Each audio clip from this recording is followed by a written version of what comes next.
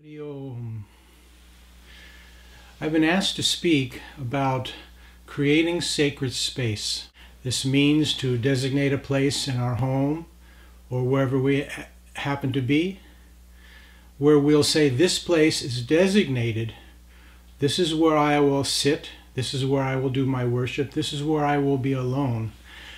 And it's very interesting because that is not exactly what we should be after in spiritual life.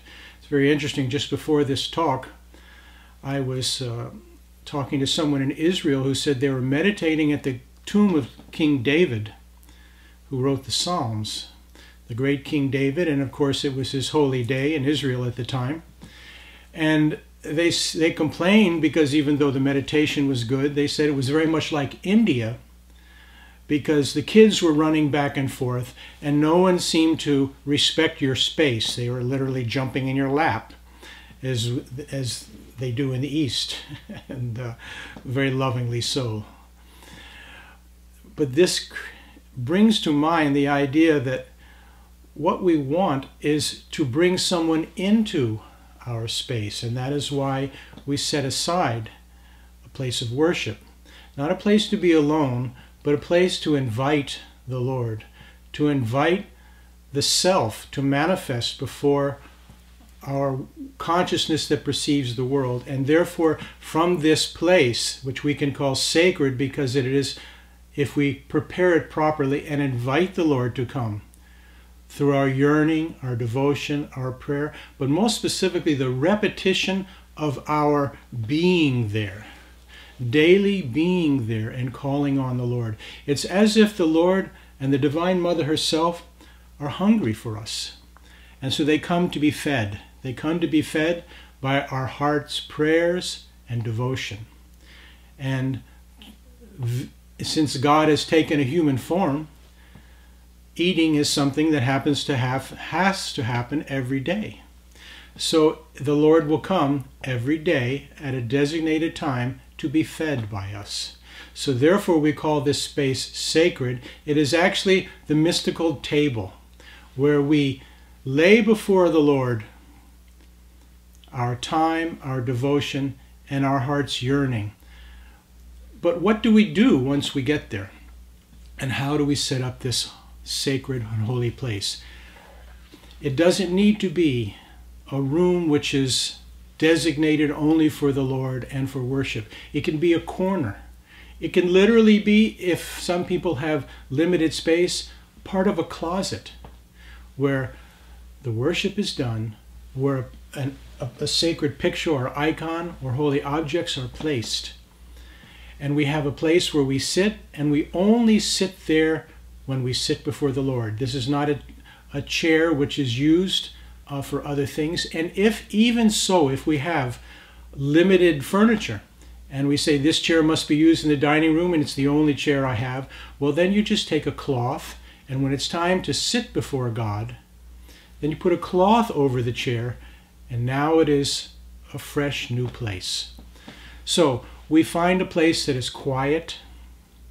Hopefully we don't need electric light. Candlelight is good, or sunlight is best. A place where it is not closed up or drafty, but just a fresh place. But the truth is, it doesn't matter, because when we start saying it should be well ventilated, well lit, a place which is conducive to natural and easy thoughts, like a place in nature, then we start to limit the ability for many people to find such a place, because they live in cities or they live in congested places. The most important thing is we designate a place where we will daily sit, and the key is daily. The repetition, the recurrence of our coming to feed the Lord with our devotion and prayers is what the Lord yearns for. So historically, when we find a place where we come and we sit, the best form of worship, which was said by the saints of India as well as the early mystical Christian church, are offering 5 offerings. And you can see right away the symbolism of this, because we have 5 senses which engage us away from God. So we're trying to take these five senses and offer them again to the Lord. So the five offerings that we use, that we give to God, you might call it a worship or a puja, or it is just literally an act of remembrance of God. What we do is this. We'll take first a flower, and we'll offer a flower to the Lord. And we're not giving the flower itself, because obviously the Lord doesn't need the flower, and it's very likely the Lord can come up with flowers that are far more magnificent and rare than what we can find in our garden or in the store. So what we do is we say, as this flower is beautiful, make my mind beautiful. Or if the flower symbolizes fragrance, if it is a jasmine or a rose or something that is so beautiful to smell, you say, as this flower wafts fragrance, let my mind and heart be as a fragrant flower in thy sight, O Lord. Then if we offer a light is brightness. We say, enlighten my mind and heart. Let my eyes see the light of thy glory. So we're using the actual implement, whether it be a flower, a light, incense, water, fruit. These things are vehicles by which we will convey our prayer to God. The offering itself is, in a sense, our chariot, where we will move beyond and be victorious in the field of battle, of the Dharmakshetra, Kurukshetra of the Bhagavad Gita. So, if we've offered a flower, and we've offered a light, and we've offered incense, we can say, as this incense rises before thee, O Lord, constantly, let my remembrance of thee be unfaltering. Sometimes we might even say the incense itself represents beautiful fragrance. Or if it is the way the smoke rises without interruption, let my mind and heart be uninterrupted in my contemplation of thee. It can change from day to day. The important thing is, it should be spontaneous. It should be a way, again, that we're creating a sacred space for God to come to us. The last thing we need in life is to be lonely. And therefore, to be alone with God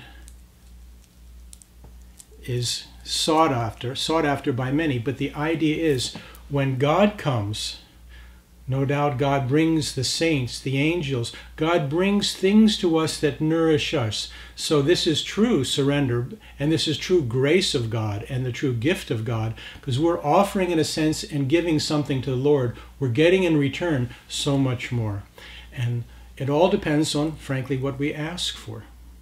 So as Jesus said, ask and ye shall receive. Every day when you sit in your place that you've designated for the Lord, and you offer your prayers, you offer implements of whether it be a flower, incense, a light, fruit, perhaps even water. Those are the five implements. These things should represent aspects of our character, aspects of our personality that we feel need to be enriched, or aspects of our character and personality that we feel need to be diminished by the grace and help of God. So this is why we set a place in our home. This is why we call it sacred, because it is an altar. And as of the religions of old, things of beauty were offered on the altar. Also, things that were not so beautiful are offered. We give everything to the Lord. We give our mind and heart and everything that they contain. So this is the idea. So we should remember that all of these things, whether it be prayers and thanks to God, or a yearning, desperate prayer to remove darkness that seems to have nested for some reason in the inner reaches of our mind and heart, we offer it freely and continually. And we do it with perseverance.